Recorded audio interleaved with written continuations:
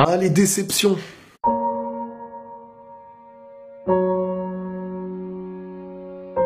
En fin de compte, il y a plusieurs déceptions et quand on se pose la question, on se dit qu'est-ce qui nous rend déçus? Qu'est-ce qui nous dégoûte dans cette situation? Est-ce que c'est le fait d'avoir perdu une chose ou en fin de compte le fait d'avoir perdu ou d'avoir reçu une douleur de la part de quelqu'un? Premièrement, quand une personne nous dit « je suis déçu de toi », que nous sommes déçus de l'autre, c'est que l'estime qu'on avait pour cette personne était un petit peu trop haute par rapport à ce qui nous a été fait. Et en fonction de l'acte reçu, de la trahison ou de l'action qui nous a pas vraiment plu, nous voilà déçus. Mais si l'estime qu'on avait pour la personne était bien plus réaliste, au lieu de se dire cette personne ne faiblira jamais, ne sera jamais comme ça, et ben peut-être que lorsqu'il y aura un moment de faiblesse de sa part, on sera préparé, on aura le recul nécessaire.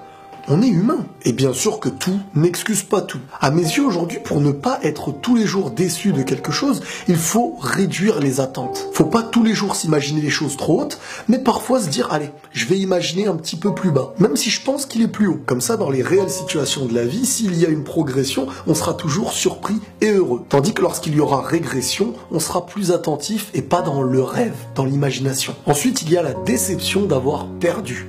Que ce soit un objet, une chose, un homme, une situation, une femme ou peu importe, cette déception vient du sentiment présent du fait qu'on a perdu quelque chose. Et en ayant perdu cette chose, sur le coup, on s'imagine pas retrouver autre chose.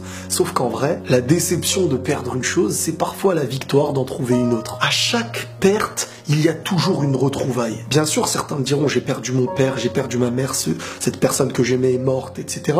Et je dis pas qu'on retrouve toujours la même chose, mais il y aura toujours une accroche possible sur Terre. Tu perds un ami, tu perds un sentiment, et le sentiment d'accroche que tu avais dans ton cœur qui se trouve aujourd'hui seul pourra toujours trouver autre chose. Même si le passé et la tristesse sont parfois très douloureux, le singe qui lâche une branche est toujours prêt à s'accrocher à une autre. On va faire la comparaison un petit peu comme ça. Dans ma vie, j'ai déjà entendu des gens me dire je suis déçu de toi. Mais peut-être qu'en fin de compte, moi je n'ai pas changé. C'est juste la personne qui m'a mis une estime qui n'était pas la bonne. Si à première vue et aux yeux de cette personne, il y avait eu le recul de se dire que cette personne est peut-être moins bonne que ce que j'imagine, sur certaines de mes bonnes actions, on m'aurait perçu comme quelqu'un de bon. Mais si l'estime était tellement haute, à la moindre faille ou à la normalité de ma part, je serais perçu comme quelqu'un de moins bon. C'est un petit peu comme à l'école quand on réfléchit bien. Le très bon élève, il lui suffira de perdre un point. Au lieu d'avoir 19 sur 20, il aura 18 qu'on le verra dans la régression, dans l'échec petit à petit. Tandis que la personne qui commence avec 2 de moyenne sur 20 et qui termine avec 7, on verra une belle progression. Alors qu'en fin de compte, il reste largement en dessous de la personne qui a 18. Mais on n'arrive plus à réaliser les choses parce que autant on n'avait pas le recul nécessaire,